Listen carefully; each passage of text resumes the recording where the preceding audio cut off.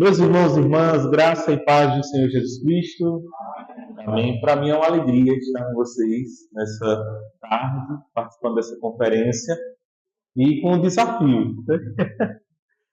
Um desafio para tratar sobre esse assunto, que é um assunto muito controverso, né? Há uma discussão, não há um consenso entre os cristãos e nem mesmo entre os evangélicos acerca da questão das crianças que morrem, dos bebês que morrem, os próprios deficientes mentais, como foi colocado aqui, que morrem. Então, a discussão, no decorrer da minha fala, eu vou falar um pouquinho sobre algumas ideias, algumas teorias, tá? E vou também, obviamente, falar sobre o meu ponto de vista, né, que acho que é o mais coerente, obviamente.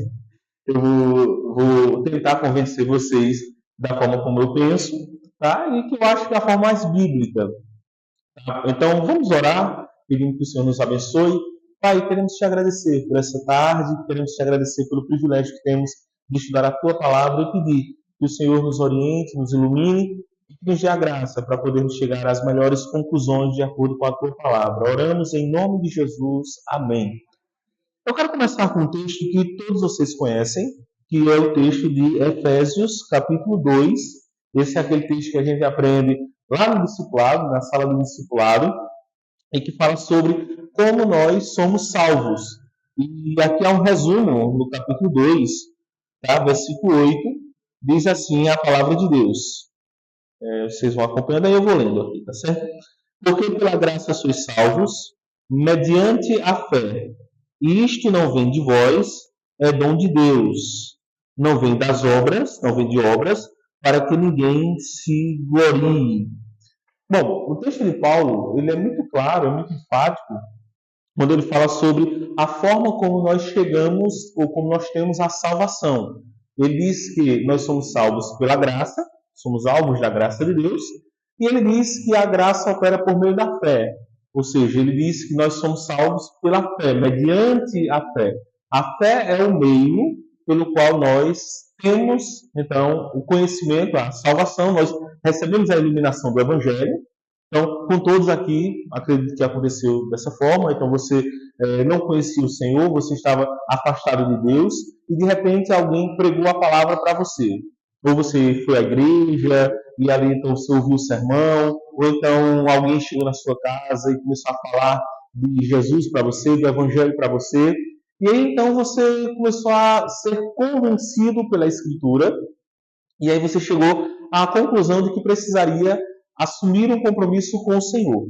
Então, mesmo sem você saber, naquele momento, mas algo estava acontecendo dentro de você. Havia um trabalho do Senhor na sua vida. E Deus estava operando mediante a sua graça. Todo mundo sabe a famosa definição de graça, favor imerecido. Nós não merecemos, mas o Senhor nos dá, nos abençoa. E Ele estava operando em nós através da fé. E a fé é o quê? É a confiança no Senhor. Nós confiamos, nós cremos em Cristo e assim então recebemos a salvação. Por isso que a justificação, Paulo vai dizer, justificados mediante a fé, temos paz com Deus.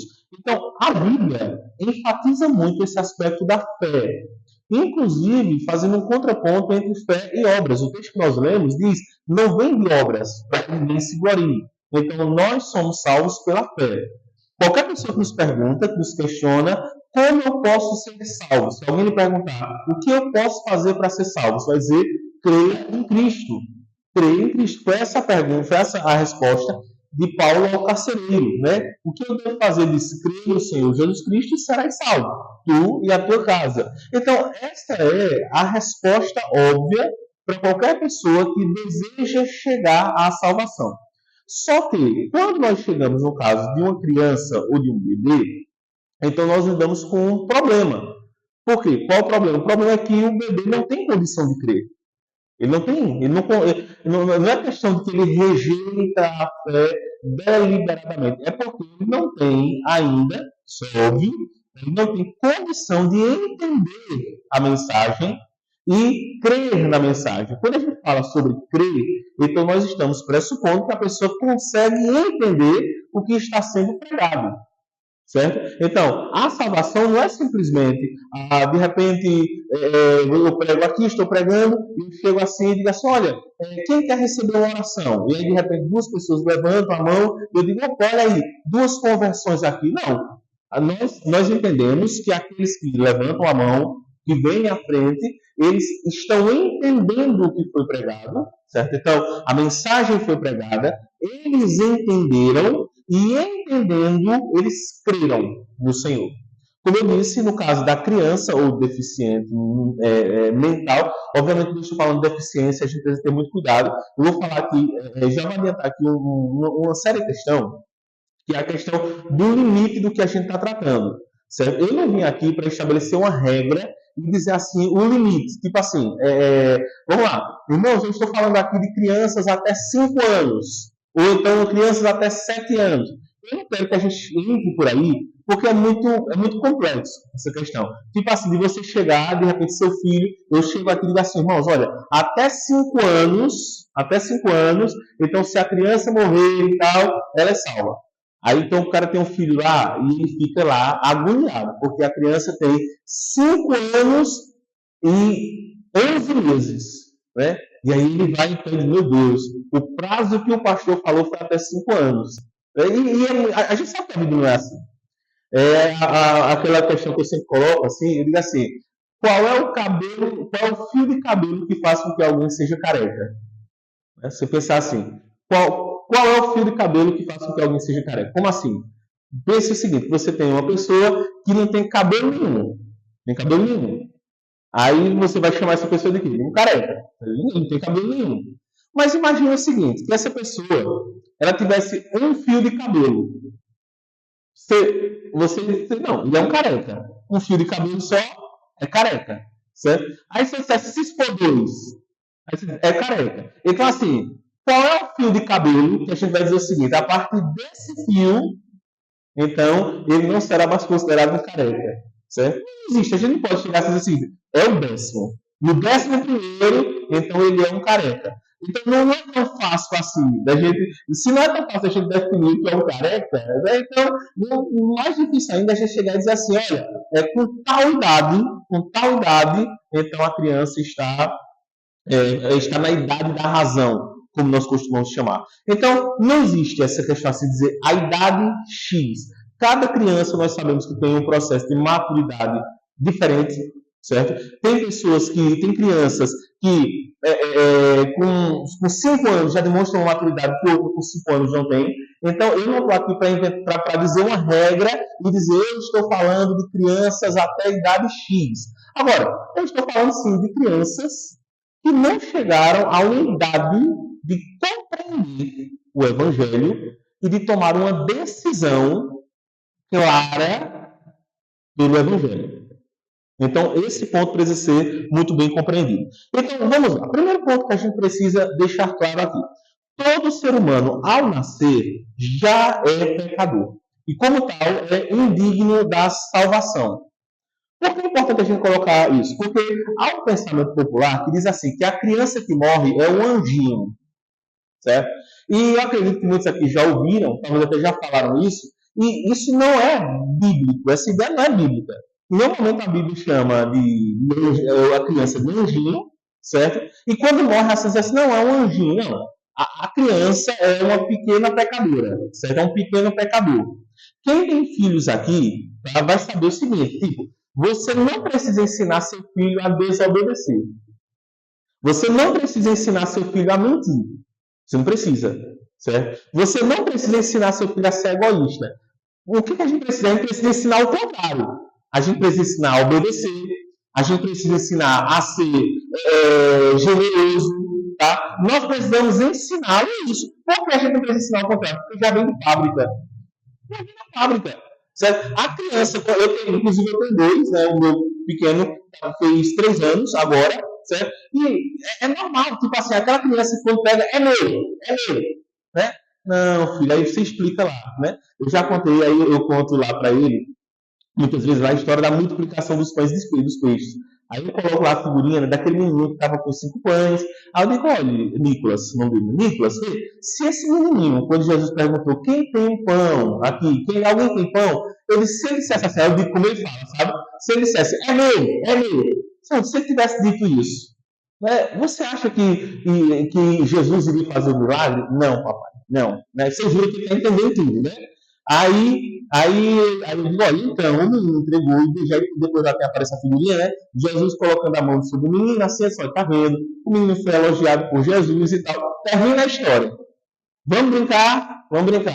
É meu. Meu Deus, acabei de ensinar esse menino. Mas ele já vem em fábrica. É o quê? É a herança do pecado. É a herança do pecado. O pecado contaminou o homem de tal forma que, ao nascer, ele já nasce com a herança do pecado.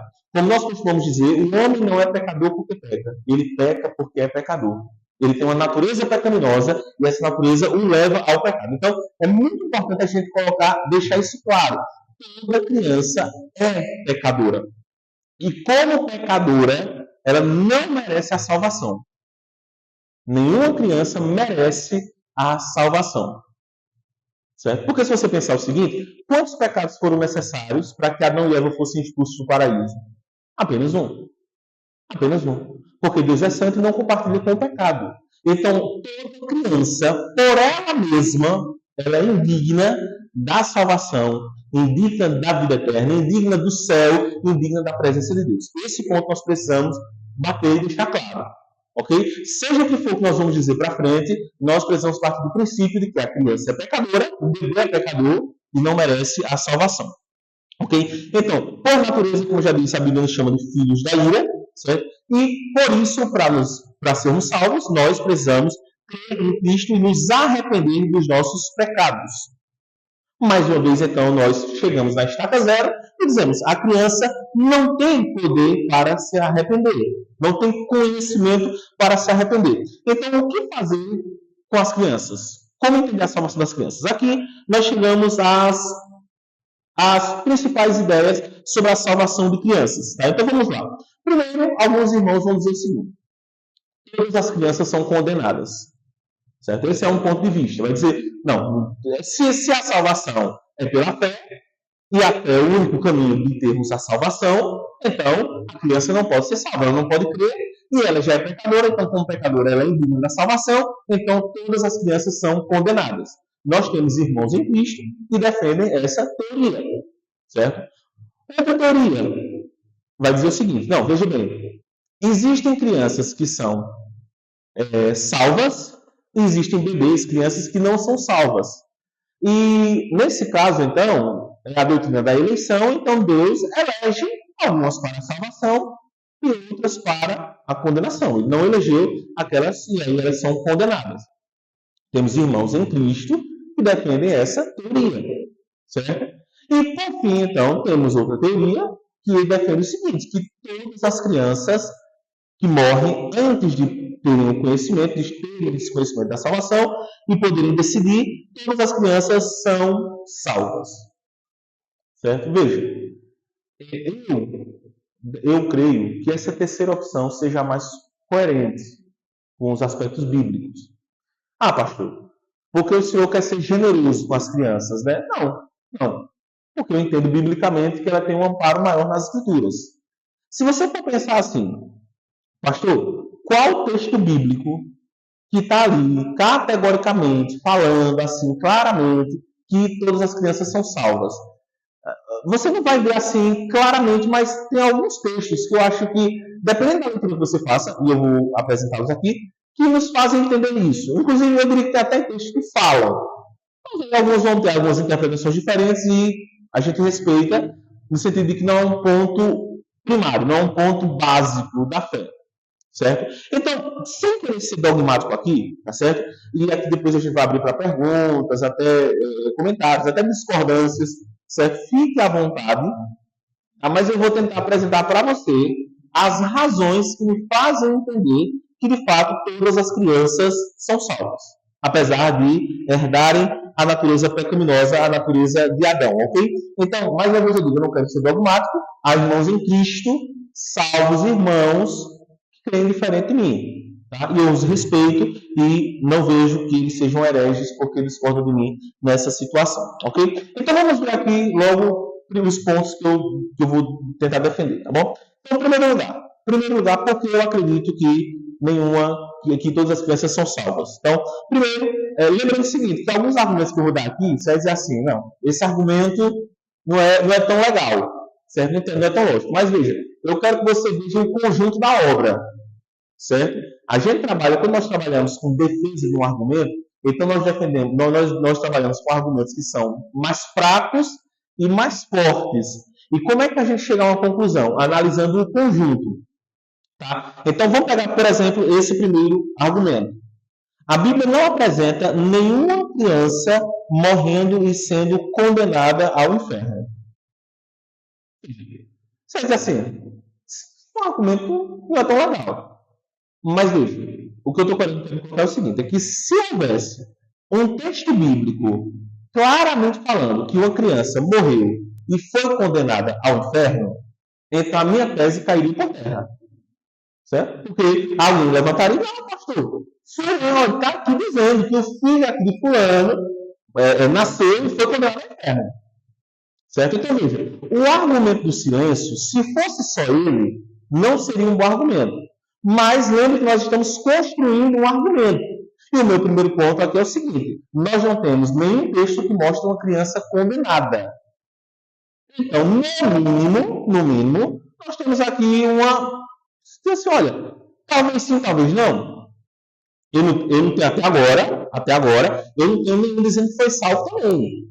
Mas, pelo menos, eu posso dizer o seguinte, na minha leitura da Bíblia, eu não vi nenhum dizendo que crianças são condenadas. E isso já me deixa mais tranquilo. Segundo argumento, a Bíblia parece indicar a salvação de algumas crianças. Então, eu coloquei aqui a palavra parece indicar para não ser muito dogmático, tá certo? Então, eu quero trabalhar assim na humildade do argumento, por isso que sempre eu vou utilizar expressões como parece indicar, parece falar, ao meu ver indica, mas eu estou aqui usando a humildade do meu argumento, tá certo? Então, a Bíblia parece indicar a salvação de algumas crianças. Quais, por exemplo? Vou dar o exemplo do filho de Davi e Batseba. Todo mundo lembra da história, certo? Davi e Batseba, acho que é um dos pecados mais conhecidos da Bíblia. Tá aí, Davi tem relação extraconjugal com Batseba, Batseba era esposa de Urias, e Davi mata Urias, enfim, toda aquela situação. E, por fim, então, Batseba estava grávida. Só que, naquele momento, a Bíblia diz que aquela criança foi morta. E Davi, ele está humilhado e jejuando por aquela criança. O texto diz que ele estava jejuando, orando, pedindo, obviamente, que Deus poupasse aquela criança. E aí, então, quando você chega no 2 Samuel, capítulo 12, versículo 20, eu vou ler para vocês aqui, se quiserem acompanhar, fiquem à vontade. O texto diz assim, então, Davi se levantou da terra, lavou-se, ungiu-se, mudou de vestes, entrou na casa do Senhor e adorou. Depois veio para a sua casa e pediu pão. Puseram-no diante dele e ele comeu. Então veja, o filho estava lá para nascer, um parto muito complicado, extremamente complicado, e Davi estava orando. Clamando a Deus. Deus já tinha falado sobre a criança que ia morrer, certo? E ali então Davi estava humilhado diante do Senhor. Quando a criança está morta, certo? De fato não tem mais o que fazer, então o texto diz que ele se lava, se perfuma, então ele muda as vestes, entra na casa do Senhor, adora, vem para a sua casa, pede pão e ali começa a comer. Diante dessa atitude de Davi, então algumas pessoas questionam Davi. Né? Então, quando ele é questionado sobre a mudança, a resposta de Davi no versículo 23, ele diz assim, agora que é morta, por que jejuaria eu? Poderei eu fazê-la voltar?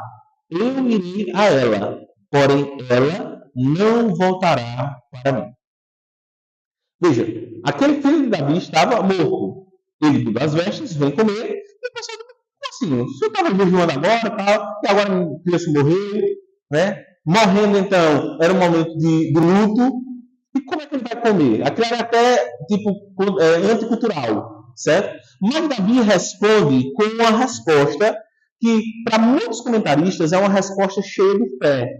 Ele diz assim: ó, meu filho partiu, eu irei até ele. Ele não pode vir até mim, mas eu irei até ele. Alguns que são mais negativos quanto à salvação das crianças, veem esse ir a ele como ir à sepultura. Só que não é, porque, como eu disse, Davi muda as vestes e ele vai comer. Então, nós temos aqui uma esperança de um homem que foi perdoado do seu pecado, que entende que foi perdoado, e agora então demonstra uma fé de que diz o seguinte: eu vou me reencontrar com meu filho, vou me encontrar com meu filho. Certo? E isso aqui, como eu disse, demonstra uma confiança de que aquele filho, de fato, estava salvo.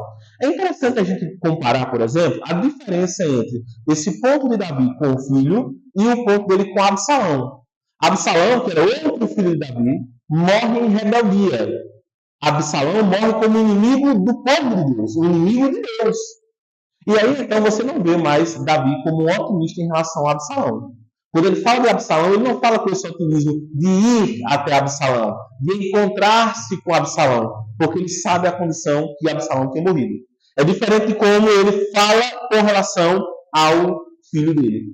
Ele tem uma confiança de que ele vai encontrar aquele filho. E essa, a melhor explicação, ao meu ver, é de uma explicação pós-morte. O segundo texto que nos faz pensar ou entender que crianças são salvas, ou pelo menos que demonstram uma criança salva. O primeiro, O primeiro é o texto, vou continuar porque aqui está pegando, tá? O primeiro, como eu disse, é o texto de... obrigado. Chegou. O primeiro, como eu disse, é o texto do filho de Davi e Batseba. O segundo texto é de outra criança também, e agora eu queria falar sobre João Batista. João Batista, a Bíblia parece indicar que João Batista foi salvo na infância. Como assim? Veja, Lucas capítulo 1, versículo 35.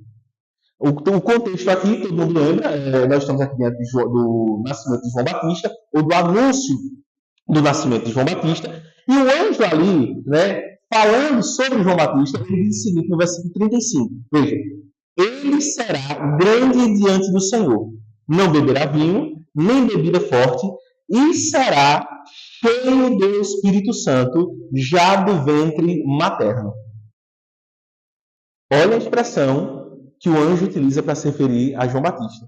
Ele será cheio do Espírito Santo desde o ventre materno.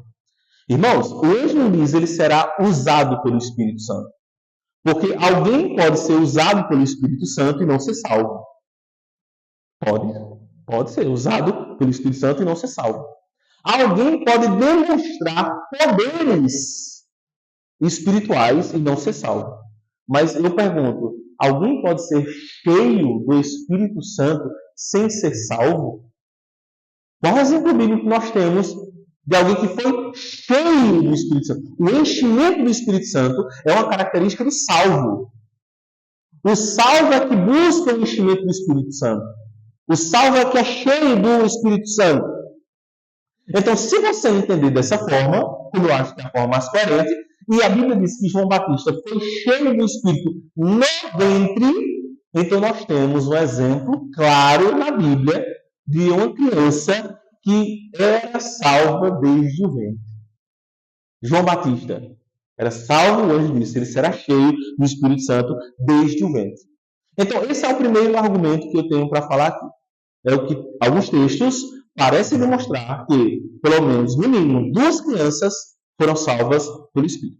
Por que isso é importante? Veja bem, nós estamos construindo um argumento aqui. O primeiro argumento foi o seguinte: nós não temos nenhuma criança dizendo que foi condenada. Esse foi o primeiro. O segundo é o seguinte: temos pelo menos 2 exemplos de crianças que parecem ter sido salvas, claramente no texto, ali, enquanto bebês. Certo? Então, um ponto aqui é o seguinte: se tem crianças que aparentemente foram salvas, então, no mínimo, nós podemos afirmar aqui que algumas crianças, não todas ainda, mas que algumas crianças foram salvas. Certo? E se elas foram salvas de alguma forma que a gente vai ter que entender depois. Tá? Mas vamos continuar, então, construindo o nosso argumento. Terceiro argumento. Em 2 textos bíblicos, Jesus parece indicar, mais uma vez a expressão parece, tá? parece indicar que as crianças são salvas. E aqui então eu queria ler dois textos, que é o próprio Jesus falando, são muito conhecidos. O primeiro é Mateus, capítulo 19, do 13 ao 15. Tá? Como eu disse, são textos bem conhecidos. Então vamos lá. O texto diz assim: trouxeram-lhe, então, algumas crianças para que ele lhes impusesse as mãos e orasse. Mas os discípulos os repreendiam. Jesus, porém, disse: deixai os pequeninos, não os embaraceis de vir a mim, porque dos tais é o reino dos céus. E tendo-lhes imposto as mãos, retirou-se dali. Veja, nós temos o próprio Jesus dizendo claramente, quando as pessoas tentam impedir, e essa é uma característica nossa, né, muitas vezes, o departamento infantil da igreja, infelizmente, muitas vezes, é o mais negligenciado, deveria ser o mais apoiado. Eu amo o departamento infantil lá da igreja, é muito bom, é muito bom. Você vê porque plantar no coração da criança é muito legal. A criança está ali começando a vida e tal, enfim. Mas veja, os discípulos, como muitos de nós também, eles estavam lá de paz. Jesus está ocupado, não vai ter tempo para dar atenção às crianças. E Jesus disse: não impeçam as crianças de vir, porque delas é o reino de Deus. Delas é o reino de Deus. O reverendo João Alves, comentando esse texto, ele não defende a ideia de que todas as crianças são salvas, então o comentário que ele faz é um comentário bem diferente. Ele diz o seguinte, abre aspas aqui, fala dele, ele diz: tudo que pode ser depreendido das palavras de Jesus é que não apenas adultos, mas crianças também participam como eleitos do reino de Deus. Crianças também podem ser trazidas a Jesus e abençoadas e salvas por ele, e não somente adultos. Mas o texto não está dizendo isso. O texto não está dizendo que a salvação é dos adultos e por tabela das crianças. Não. O texto está dizendo que o reino é das crianças. É isso que Jesus está dizendo. Então, com todo respeito à explicação do reverendo João Alves, certo? Mas contraria a ordem das palavras de Jesus. Ele diz claramente que o reino de Deus é das crianças e que os adultos só poderão entrar nesse reino se forem como crianças. Esse é o ponto de Jesus, pelo menos a leitura mais óbvia que nós temos aqui no texto. Então, como eu disse, a ordem não é que o reino é dos adultos e por tabela das crianças, como ele diz. Não, a ordem é que é das crianças e que os adultos que forem como crianças também entrarão nele. Como já dissemos, o ser como criança aqui não quer dizer que a criança não tem pecado. Porque algumas pessoas olham para aqui, a interpretação que elas fazem é assim: Jesus disse que o reino é das crianças porque as crianças são boazinhas, porque as crianças são puras. Não, o argumento não é esse. O reino é das crianças porque a criança é dependente. A principal característica da criança que faz com que elas tenham a vida eterna é a dependência. Elas não têm condição, elas são totalmente dependentes. E por isso é graça. Elas não merecem, mas são salvas. William Hendricks, comentando esse texto, ele ensina que todas as bênçãos da salvação pertencem mesmo agora a estes pequeninos. Fato este que seria realizado progressivamente aqui na terra e perfeitamente no porvir. O reino dos céus é das crianças. Okay? Por isso que Jesus impõe as mãos sobre elas e as abençoa. O segundo texto está bem pertinho aí, Mateus, se eu segurar uma página, Mateus capítulo 18, do 1 ao 5. Outro texto também que vai falar diretamente sobre as crianças. Então, vamos lá para o texto. Diz assim: naquela hora, aproximando-se de Jesus os discípulos, perguntando: quem é, porventura, o maior no reino dos céus? E Jesus, chamando uma criança, colocou-a no meio deles e disse: em verdade vos digo que, se não vos converterdes e não vos tornardes como crianças, de modo algum entrareis no reino dos céus. Portanto, aquele que se humilhar como esta criança, esse é o maior no reino dos céus. E quem receber uma criança tal como esta, em meu nome, a mim me recebe. Veja, assim como no texto anterior, nesse aqui Jesus apresenta as crianças como paradigma para a entrada no reino dos céus. A criança é o modelo de entrada no reino dos céus. Quem quer ir para o céu, seja como uma dessas crianças. Veja, quer ir para o céu, seja como uma dessas crianças. Como eu já disse, as crianças são dependentes. A criança vai para onde nós formos. Nós levamos, nós as conduzimos. Elas são totalmente dependentes, ok? Então eu acho que esses dois textos aqui, ao meu ver, eles já seriam mais do que suficientes para a gente bater o martelo e dizer: as crianças são salvas. Então vejam como nós estamos construindo nosso argumento. Primeiro, não temos nenhum texto bíblico que fala que crianças são condenadas. Segundo, nós vimos que há pelo menos textos que falam sobre duas crianças que aparentemente foram claramente salvas. E agora, então, nós temos a mais abrangente ainda. As crianças, em geral, são salvas. Certo? Vamos continuar, então, com um quarto argumento. Agora eu quero ir com você para Romanos, capítulo 1, do 18 ao 21. Quando eu estiver lendo esse texto, talvez você olhe assim e diga, o que esse texto tem a ver com salvação de crianças? Então, leia com calma e depois eu vou fazer as aplicações que eu julgo necessárias. Romanos, capítulo 1, 18 a 21. Diz assim o texto. A ira de Deus se revela do céu contra toda impiedade e perversão dos homens, que detêm a verdade pela injustiça. Porquanto o que de Deus se pode conhecer é manifesto entre eles, porque Deus lhes manifestou. Porque os atributos invisíveis de Deus, assim o seu eterno poder, como também a sua própria divindade, claramente se reconhecem desde o princípio do mundo, sendo percebidos por meio das coisas que foram criadas. Tais homens são, por isso, indesculpáveis, porquanto, tendo conhecimento de Deus, não glorificaram como Deus, nem lhe deram graças, antes se tornaram nulos em seus próprios raciocínios, obscurecendo-se-lhes o coração insensato. Veja bem, o que Paulo está dizendo? Paulo está dizendo que a ira de Deus é derramada sobre as pessoas que detêm a verdade pela injustiça. Veja, ele está falando sobre pessoas que estão detendo a verdade pela injustiça. E como é que essas pessoas detêm a verdade pela injustiça? Então ele vai explicar. Ele vai dizer que Deus revelou a sua glória a estas pessoas por meio da criação. Então veja bem, o que é que faz com que o homem seja indesculpável? É exatamente olhar para a criação, aquilo que na teologia nós chamamos de revelação geral, é olhar para a criação e não dar glórias ao Criador. E aqui, então, Paulo mostra, né, que diante desta glória, por mais que ela seja tão grande, mesmo assim os homens ocultam os seus olhos para atentar para a glória de Deus.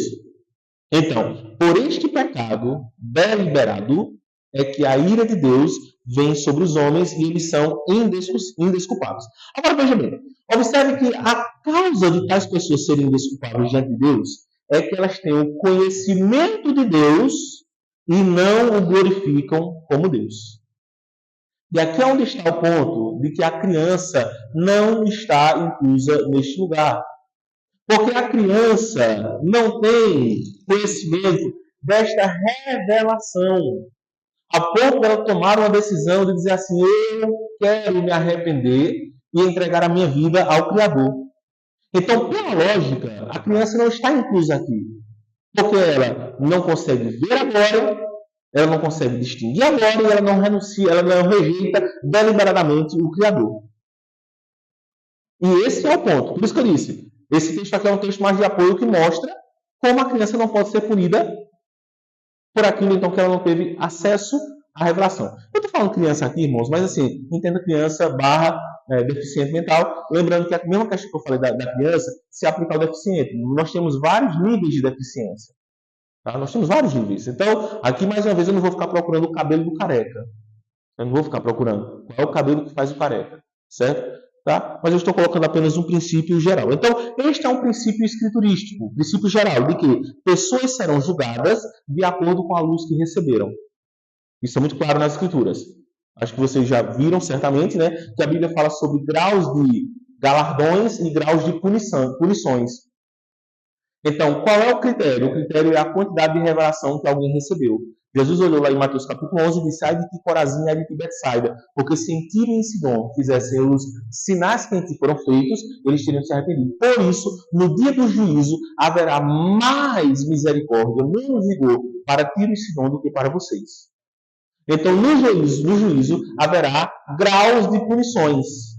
E o critério desses graus de punições é a reação das pessoas à luz que receberam. E essa luz que eles recebem vem por meio da revelação geral.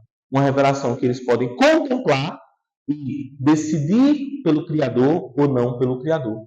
E aqui nós estamos falando de crianças, bebês, principalmente no caso bebês que não têm condição de discernir essa revelação geral. Então elas não têm condição de serem indesculpáveis por terem respondido negativamente à revelação geral. Ficou claro esse argumento? Sim ou não, irmãos? Misericórdia. Alguém não entendeu? Se não entendeu, me pergunte, por favor. Bom, depois qualquer coisa vocês assistem o vídeo aí, certo? Tá no YouTube, né? No YouTube? Então assistam lá e depois vocês mandam um WhatsApp para mim, tá certo? Quinto argumento. No juízo final, as pessoas serão julgadas por suas obras. Serão julgadas por suas obras. E aqui nós vemos vários textos que falam que as pessoas serão julgadas pelas palavras, toda palavra darás conta no dia do juízo, pelas intenções do coração, pelo comportamento. Então veja bem, assim como nós vimos que o juízo de Deus é com base na rejeição consciente da revelação divina, nós vemos pelo princípio bíblico de que há uma punição, um julgamento com base nas suas obras. Então, com base nessa lógica, um bebê que morre na infância não pode ser julgado porque ainda não praticou más obras. Ele tem a natureza pecaminosa, sim, mas qual é a obra que ele vai praticar e por causa desta obra ele será julgado? Como a Bíblia pressupõe que as pessoas serão julgadas pelas suas obras. Sexto argumento. O livro de Apocalipse descreve que na eternidade haverá pessoas salvas de toda tribo, língua, povo e nação. Vou citar aqui o texto de Apocalipse, capítulo 5, 9 e 10. É um texto bem conhecido. Está bem conhecido. O texto diz, os 4 seres viventes e os 24 anciãos entoavam um novo cântico, dizendo: digno és de tomar o livro, de abrir os selos, porque foste morto. E com teu sangue compraste para Deus os que procedem de toda tribo, língua, povo e nação. E para o nosso Deus os constituíste reino e sacerdotes, e reinarão sobre a terra. Da mesma forma, Apocalipse também, capítulo 7, versículo 9, diz que João viu pessoas de todas as nações, tribos, povos e línguas de pé, diante do trono e do Cordeiro, com vestes brancas e segurando palmas. Irmãos, eu vejo esse texto aqui e pegando aqui literalmente a expressão todas as tribos, todas as línguas, todas as raças, todas as nações, eu não vejo dificuldade nenhuma. E é uma possibilidade real, lógica, pensar de que haverá pessoas salvas de todas as tribos, línguas e nações. Por quê? Porque todas as tribos, línguas, povos e nações têm crianças que morrem quando são jovens, são pequenas crianças que morrem, e assim elas vão para a eternidade com o Senhor. Essas crianças estarão lá, elas estavam na visão de João. E por isso que há pessoas de todas as tribos, raças, línguas e nações. Então eu não vejo nenhuma dificuldade, assim, há uma possibilidade lógica, eu não estou batendo o martelo nisso, mas eu estou dizendo que há uma possibilidade lógica real para dizer que essas crianças representam as suas tribos, línguas, nações. E de todas elas, não há uma tribo, não há uma língua, não há uma nação que não tenha tido pelo menos uma criança que morreu. E esta criança foi salva e estava na visão de João. Sétimo argumento. Alguns textos parecem mostrar que as crianças e bebês não distinguem o bem e o mal, e por isso não têm condições de fazer escolhas morais e de serem responsabilizadas por elas. Por exemplo, no primeiro capítulo de Deuteronômio, todo mundo sabe que Deuteronômio narra uma segunda geração de israelitas que estão no deserto, preparando-se então para entrar na Terra Prometida, e ali é dito que os filhos de Israel, o texto diz que os filhos de Israel no deserto, com exceção de Caleb e Josué, nunca veriam a Terra Prometida. Porém, aí vem ali um porém, aí você entra no versículo 39. Agora eu acho que é o capítulo 1, versículo 39, eu não coloquei o capítulo. E diz assim: os vossos meninos e vossos meninos de quem dissestes, por presa serão, e vossos filhos que hoje não conhecem nem o bem e nem o mal, eles ali entrarão, e a eles a darei, e eles a possuirão. Observe que Deus pune aquela geração, mas ele fala sobre crianças que não conhecem nem o bem e nem o mal. E o texto diz: essas crianças não serão punidas, elas não serão responsabilizadas. Vocês não entrarão, mas elas entrarão. Então, embora houvesse uma punição de Deus para os adultos que pecaram deliberadamente contra o Senhor, as crianças foram poupadas. Charles Haddon Spurgeon, comentando esse texto, ele diz o seguinte, vou abrir aspas aqui e vou citá-lo. Do mesmo modo como o pecado da geração no deserto não impediu a próxima geração de entrar na Canaã, assim o pecado de pais incrédulos não necessariamente será a ruína dos seus filhinhos mortos. Mas estes serão, pela graça soberana de Deus e pela sua superabundante misericórdia, participantes do descanso que ele tem reservado para o seu povo. Por fim, mais ou menos importante, o último argumento, dois textos fecham aqui ratificando tudo que nós vimos. O primeiro texto que eu vou citar aqui está em Ezequiel 16, 21. Deus falando sobre crianças que eram oferecidas aos ídolos. Infelizmente havia essa prática. Ele diz o seguinte: mataste a meus filhos e os entregaste a elas como oferta pelo fogo. Veja, o próprio Deus, falando sobre aquelas crianças que eram sacrificadas aos ídolos, ele chama essas crianças de meus filhos. Vocês mataram meus filhos. Meus filhos. Então, eu levo a sério essa fala de Deus. Vocês mataram a meus filhos. Certo? E o segundo texto está em Jeremias 1,5, esse é bem conhecido, quando Deus diz: antes que me formaste no ventre materno, eu te conheci. E antes que saísses da madre, te consagrei e te constituí profeta às nações. Veja, Deus diz que consagrou e constituiu Jeremias como profeta às nações antes do seu nascimento. Antes do seu nascimento, Jeremias já tinha sido consagrado. Ele diz: antes de você nascer, eu te escolhi, eu te consagrei. Eu te separei como profeta às nações. Será que esse texto não indica que a salvação de Jeremias se deu antes do nascimento, como também João Batista, que foi cheio do Espírito Santo no ventre?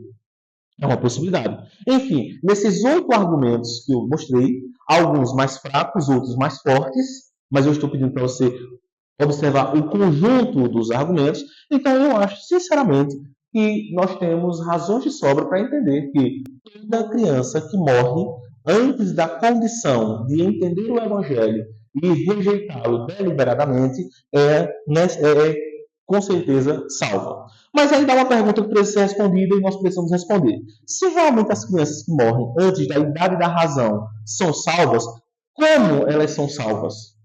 Essa é uma pergunta que a gente precisa responder. Como se dá a salvação nessas crianças se elas não exercem fé? Se elas não podem crer? Nós vimos que a salvação é pela fé. Então, como se dá? A resposta a essa pergunta é que não é a fé em si que salva, mas é a fé em Jesus.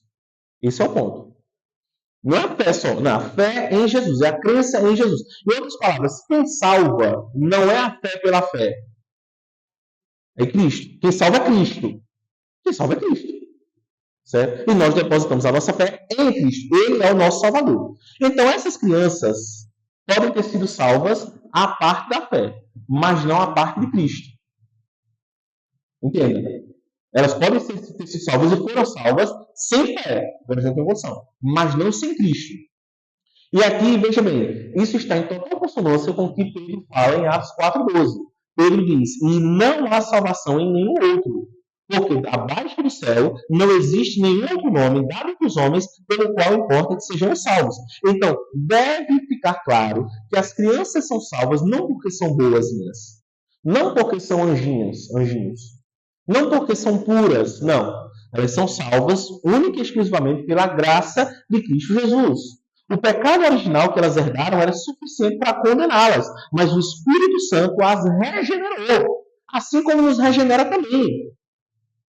Nós somos regenerados e pelo trabalhar do Espírito nós temos a fé. Essa é a ordem. O Espírito trabalha em nosso coração e gera a fé. A diferença é que o mesmo Espírito que trabalha no nosso coração trabalha no coração da criança.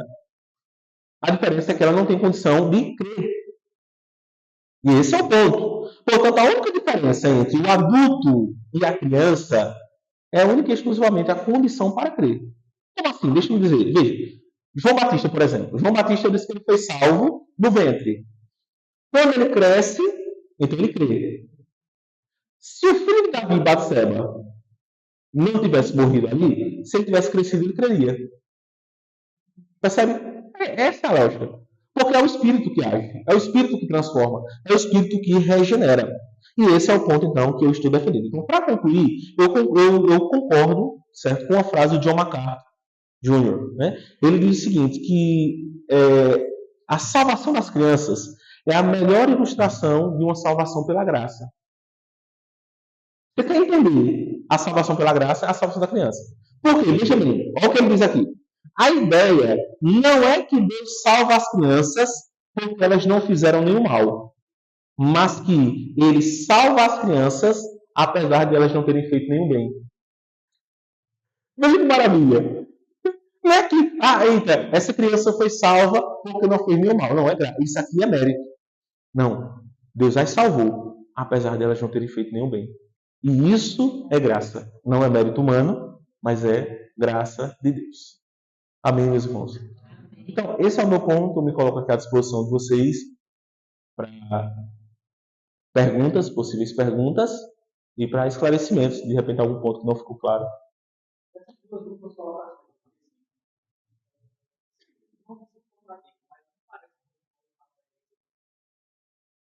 Não entendi. Quando você fala. Não, fica à vontade. Como são salvos? Como as crianças são salvas? Aí diz que a fé em Jesus. E é Jesus é quem salva. Jesus, sim. Isso não teria concordado, estaria relacionado ao eleição. Querer salvar. É eleição mesmo, é eleição. O meu ponto é o seguinte, né? Que ao meu ver, biblicamente falando, Deus elegeu todas as crianças. É isso mesmo, certo? Só antes que alguém pergunte isso aqui, né? Tipo assim, alguém pode. Assim, isso seria uma loucura, viu? Eu vou dizer aqui. Mas assim, tipo, alguém poderia dizer o seguinte, pastor, mas veja, se a salvação, se a salvação é a melhor coisa do mundo, certo? E a gente sabe que a criança está salva, então não seria melhor para o bem da criança a gente matar as crianças? Né? Estou falando um extremo, uma loucura, né? Mas se fosse seguir esse exemplo, então, tipo assim, quando alguém levantasse a mão, a gente já recebia papauada, né? Porque, veja, o cara vem aqui, olha, quem aqui quer entregar a vida a Jesus? Aí o cara vem chorando, eu me arrependo. Aí você sabe se amanhã o cara vai. Assim, estou seguindo a lógica, não estou levando em consideração a perseverança dos santos, não. Certo? Eu estou seguindo essa lógica. Então, pela lógica, irmãos, vamos levar para o céu. Aí não tem nem pastor para pregar, né? Certo? Então não cabe a nós, não cabe a nós. É realmente assim, a gente instruir os nossos filhos no caminho do Senhor, e isso é o que cabe a nós. Mais alguém?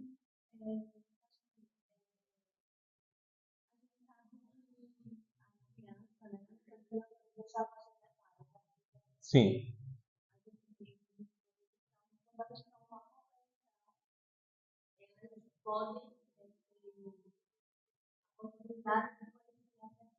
Sim.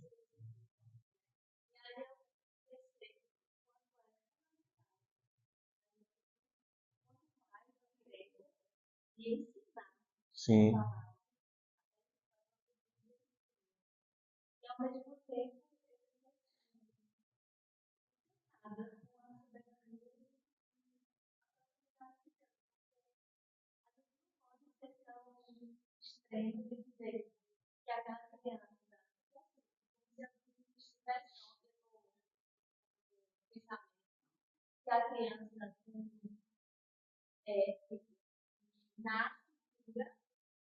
Uhum.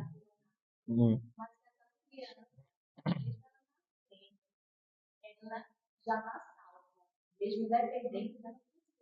Uhum.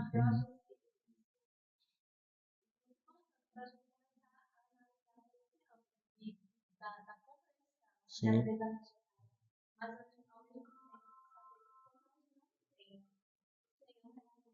É. Glória a Deus, né? Isso é bom. É muito bom isso aí que você falou, né? Porque isso tem uma responsabilidade para nós que somos pais. Né? Nós, como pais, temos o dever de instruir os nossos filhos no caminho do Senhor. E essa responsabilidade cai sobre nós. É uma ordem, exatamente. E muitas vezes nós, pais, estou aqui generalizando, né, nós terceirizamos, né, levamos para a igreja e acreditamos que a igreja vai fazer o papel que é o nosso papel. Não, nosso papel. instruir os nossos filhos.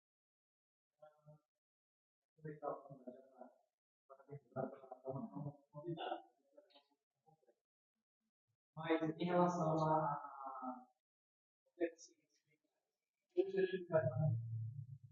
chegar alguém que não me importa nada, mas entende no caso que para ele não muda. Não, no caso do deficiente, do portador da deficiência, enfim, é deficiente. É como eu disse, eu acho que cabe no mesmo caso da criança. Assim como na criança a gente não pode chegar assim e dizer assim, ó, a idade é X e tantos meses, né? Tantos dias, não. Da mesma forma, a gente pode aplicar assim, a questão do grau de deficiência. Há pessoas que têm algum tipo de deficiência, principalmente hoje, que a gente fala assim de tantas. Exatamente. Então, você pega a questão do autismo, né? Então, tem o nível 1, né? Tem o nível 2, o nível 3, né? Então, assim, tipo, existem níveis de compreensão. Então, tem pessoas que você vê assim que têm algum tipo de deficiência, mas, assim, são pessoas que conseguem conviver tranquilamente, que têm um raciocínio, conseguem entender a mensagem de salvação, compreendem e tal. E tem aquele que você sabe que não compreende, né? Então, mais uma vez, não cabe a nós chegar assim e dizer o seguinte, olha, irmãos, sei lá, um exemplo, se pegar aqui no caso do autismo, jamais eu faria isso, né? Mas vamos pensar, para chegar, ó, se for nível 1, então o nível 1 é o mais leve, né? Então isso aqui, não, isso aqui, agora o 2, ó, sei lá, o 2 já está meio lá, meio cá, né? E o 3 está salvo, né? Então, não existe isso, não existe. Então, não cabe a nós realmente, assim, como eu disse, procurar o fio de cabelo do careca, né? Isso é complicado. Mais alguém?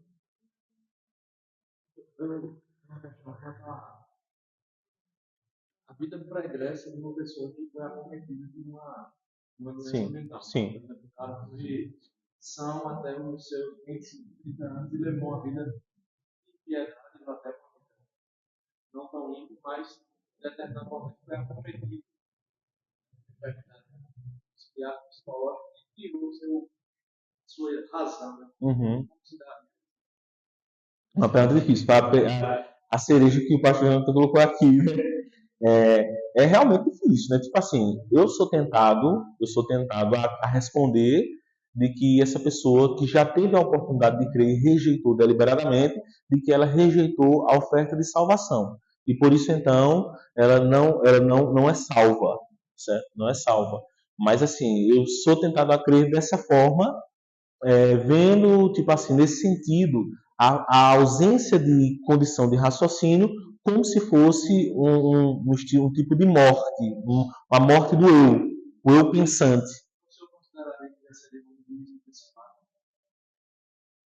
Não, eu não vejo, assim, não necessariamente dessa forma, como juízo antecipado, não necessariamente, né? Mas, assim, a pessoa que partiu e não creu, ela está sob juízo, né? Agora, assim, tipo, eu não estou dizendo assim que a enfermidade dela, nesse sentido, que a enfermidade dela, eu afirmo e dizer assim, olha, foi um juízo antecipado de Deus. Não iria para esse extremo, não.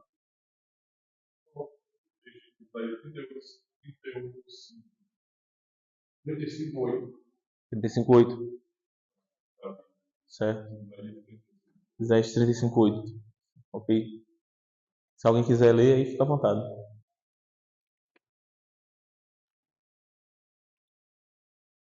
Se alguém também quiser fazer alguma pergunta, comentário.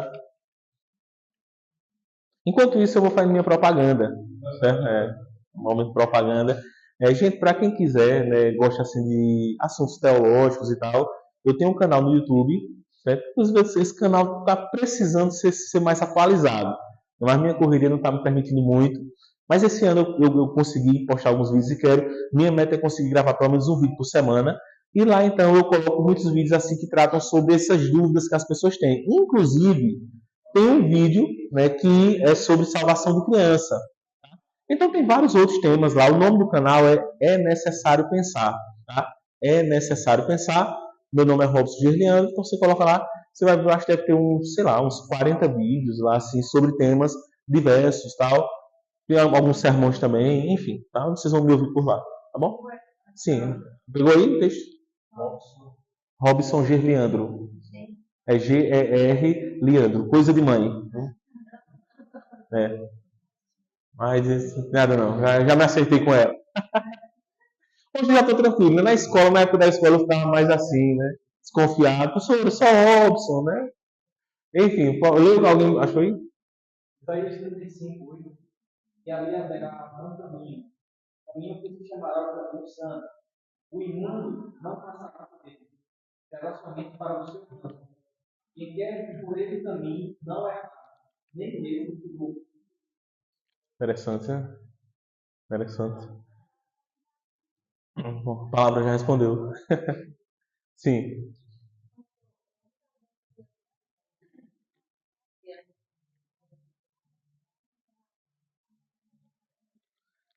Irmã, olhe, essa não, é proibido pergunta tão difícil assim, viu? Não, realmente assim, veja. Eu não sei lhe responder.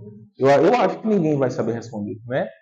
Tipo assim, para quem não pegou aqui no som, ela perguntou sobre a questão dos galardões para as crianças que morrem ou deficientes e tal. Não sei responder. É uma questão que eu acho que é praticamente impossível. É, Porque o vídeo divino, né? Todas as dimensões procurar se é, é, pois é, como a gente pode medir uma criança ter essa hora? Só Deus. verdade, somente. Surpresas. Sim, muitas, muitas. Você falou, você falou.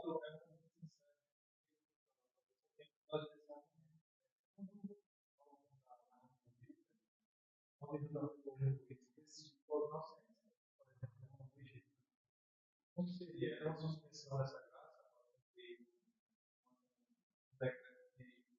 De instituição da nação, né? Teve buscado também, você não colocou. Você aplica ainda uma suspensão dessa questão aí. Não, eu não diria que é suspensão de graça. Pelo contrário, dependendo de como a gente olha, a gente diria até que foi uma graça de Deus. Porque, tipo, quando você analisa, por exemplo, a questão de Canaã, sair destruindo tudo, matando tudo. Então, assim, a lógica que alguns comentaristas veem, né, eles dizem o seguinte, que aquelas crianças seriam crianças que, ao crescerem, com grande probabilidade, para não dizer com certeza, elas iriam seguir no caminho dos pais, seriam idólatras, pagãos, que iriam se rebelar contra o Senhor. Então, quando Deus, nesse modo de ver, certo? Quando Deus faz isso, seria até uma forma de graça sobre estas crianças. E assim, então, na nossa lógica, elas partem com a salvação. Entendeu? Então, nesse sentido, seria mais uma prova de graça. Tranquilo? Mais alguém, irmãos? Considerei encerrar, já fiz a propaganda, né? Pronto. Deus abençoe, meus irmãos. Foi muito bom estar com vocês. Passar a palavra para o pastor João. Beleza.